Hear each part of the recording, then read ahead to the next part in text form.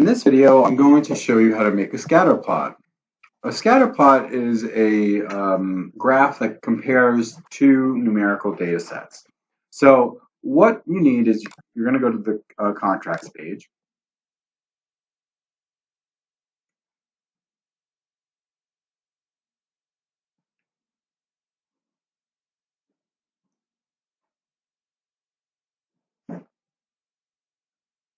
And you're going to look at scatter plot. A scatter plot takes in a table. It takes in a label, which is a string. It takes in a string that represents the x-axis and a string that represents the y-axis. So altogether, that's four. 1, 2, 3, 4 different inputs. Okay, let's take this to our project. So I'm going to make a scatter plot for charter schools. And I want to see if the ELA scores have an effect on the math scores. Okay, so like if a school does better with ELA passing rates, do the math grades go up? Okay, so I'm going to write scatter plot. It takes in charter schools table, right? That's a table here. Now, the one thing is there's a thing called label. I'm just going to use the school's name, and I'll show you why why it's called label. Remember, label is a string. And I'm going to take ELA passing.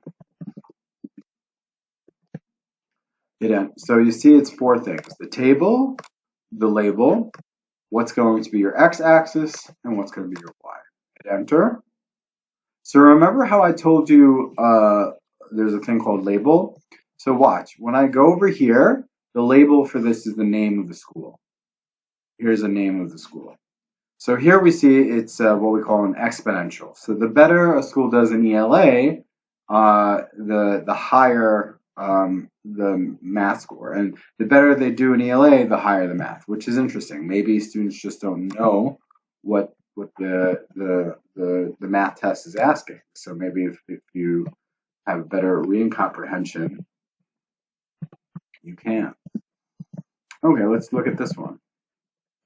What if we switched it? What if we wanted to see if you did better in math? Is there a connection? And this too, it looks like the better you do in math, technically the better you do in ELA, right?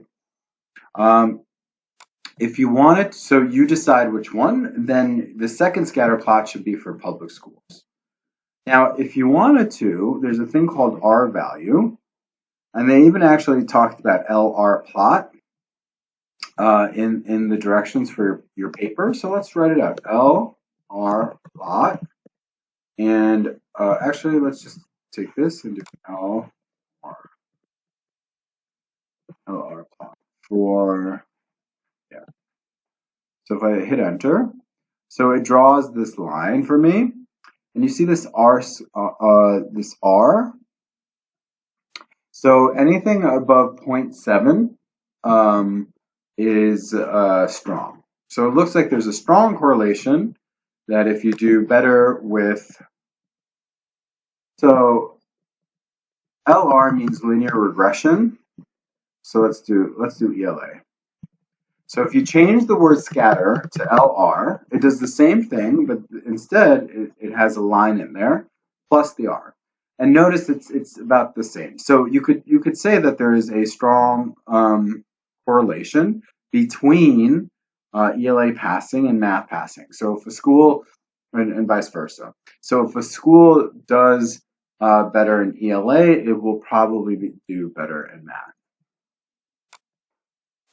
And so you just take this picture, right click and hit copy and put it into your table. And remember, you're looking at R. We really, because of the switch to blended, we didn't have enough time to go over this in depth like I wanted to. So when I grade this, it's not, it's more of a bonus. So if you do it, that's great. And if you don't, there's no penalty. The next project, though, we'll have some time to go over LR plots.